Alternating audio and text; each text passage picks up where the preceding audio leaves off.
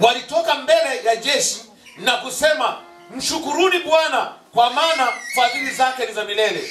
Nao walipoanza kuimba na kusifu, Bwana akaweka waviziao juu ya wana wa Amoni na wa Moabu na wana wa mlima Seiri waliokuja juu ya Yuda, nao wakapigwa.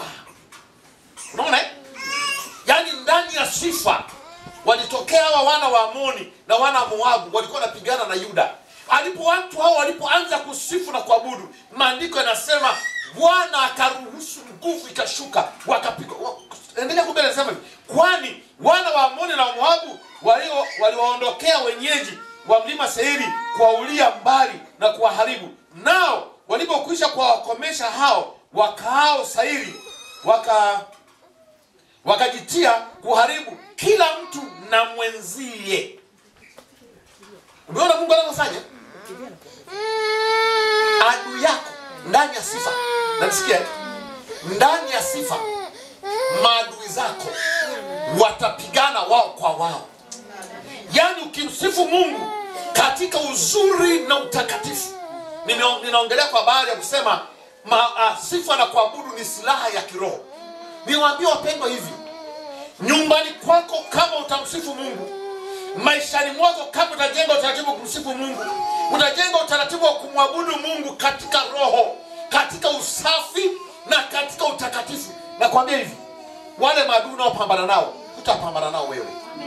Watapigana wao kwa wao, watashindana wao kwa wao. Hapa tunaona wana wa Amoni na wa Moabu wanapigana wao kwa wao. Vita vya Yuda vikanyamaza, na Yuda walishinda, lakini hawakushinda kwa sababu ya ubora wa silaha, hawakushinda kwa sababu ya wingi wao, hawakushinda kwa sababu ya nguvu waliokuwa nayo. Hapana, sifa na kuabudu ilisababisha Yuda ishinde. Nataka nikwambie hivi, sifa yako, kuabudu kwako kunaweza kukasababisha na kwambia ukashinda vita. Unajua hicho wapendwa, kuna watu wanapambana na sisi bila sababu. Kuna watu wanagombana na sisi bila sababu. Yuko mtu anagombana na mimi bila hata sababu yoyote. Nikimuuliza nikukosea nini, hana jibu la kusema. Anasema sikupendi tu. Kuna mtu akupendi tu baba, kuna mtu akupendi tu mama. Yaani akupendi bila sababu. Mtu huyo usimrudishie maneno. Usipambane naye kwa maneno.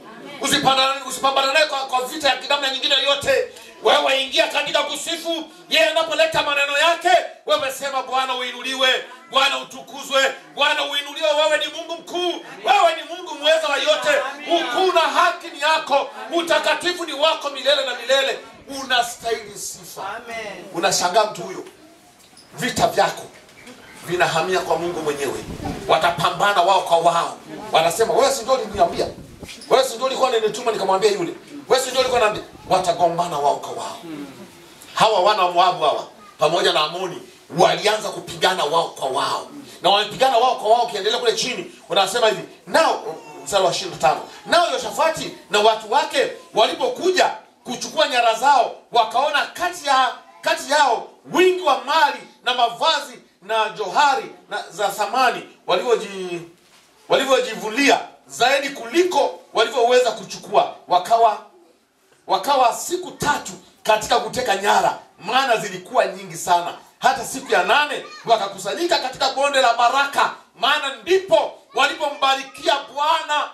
Unaona watu hawa wakakusanya mali nyingi ambazo zimeachwa na watu hawa, wamepigana wao kwa wao. Nataka nikutie moyo mchana wa leo. Yawezekana kuna watu unapambana nao, usipambane nao kwa maneno. Maneno yako peleka sifa kwa Bwana. Mwambie Mungu, wewe ndio uliyeniokoa, wewe ndio mshindiaji wangu, wewe ndio mteteaji wangu. Ninajua unaendelea kunitetea, unaendelea kunipigania. Hebu msifu Bwana, mwabudu Bwana, utashangaa vita vyako vinaisha bila gharama yoyote. Amen. Tunapata shida kwenye kupigana vita. Tunapata shida kwenye mapambano na watu kwa sababu tunapambana kwa vinywa na kwa akili. Usigombane na mtu kwa akili zako. Mwachie Bwana, maana Biblia inasema hapa, vita si vyetu, vita ni vya Bwana, na Bwana ndio huwa anatupigania. Usiingie kwenye vita kama wewe. Mruhusu Mungu afanye. Hapa watu hao tunaingia, wanasema wakaingia kwenye bonde la Baraka, na walipoingia kwenye bonde la baraka wakamtukuza Mungu, wakamsifu Mungu, na wanasema hata leo bado panaitwa bonde la baraka. Kwa nini? Mungu aliwatokea, Mungu alifanya. Kwa hiyo kusifu ni silaha ya kiroho dhidi ya maadui wa kiroho na mashambulizi ya kipepo. Kuna mashambulizi mengine yanakuja kipepo. Ndio maana unajua sio lazima pepo likemee kwa nguvu zote.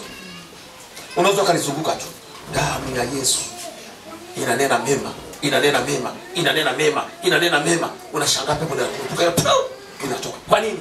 Sifa ni silaha ya kiroho. Kwa hiyo ukisifu, ukiabudu, ukiasifu na kuabudu, kuna kitu kinatendeka katika ulimwengu wa roho. Ndani ya ulimwengu wa roho, sifa inabadilisha mambo fulani kwenye ulimwengu wa roho. Nataka nikwambie hivi. Unajua kwa nini naongea haya?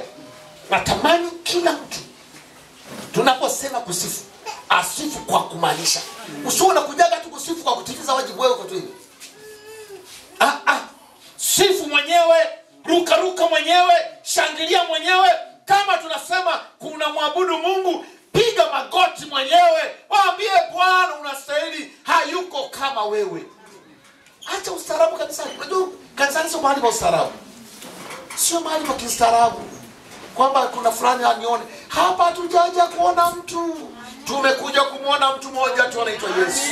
Hatuja kuangalia sura ya mtu, hatuja kuangalia ubora wa mtu. Tumekuja kumwangalia mwanaume mmoja anaitwa Yesu Kristo. Ndio maana tunapokuja hapa tunaweza kugaragara, tunaweza kulia, tunaweza kurukaruka, tunaweza kushangilia, tunaweza kupiga magoti kwa sababu yuko mmoja tunayemtazama anaitwa Yesu.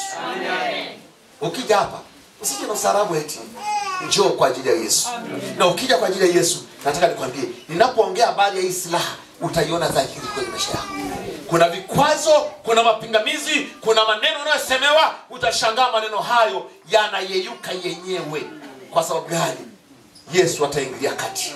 Nimeongea kule mwanzo, nimesema kwenye kuabudu na kusifu, uwepo wa Mungu huwa unashuka. Ukishazungukwa na uwepo wa Mungu na mtu atakugusa. Eti hivi nafikiri ukizungukwa na wingu la Bwana kuna mtu anakugusa. Mtu akikutazama hivi uso wako anaona malaika, hakuoni wewe. Akikutazama anasema huyu mtu uso wake unatisha.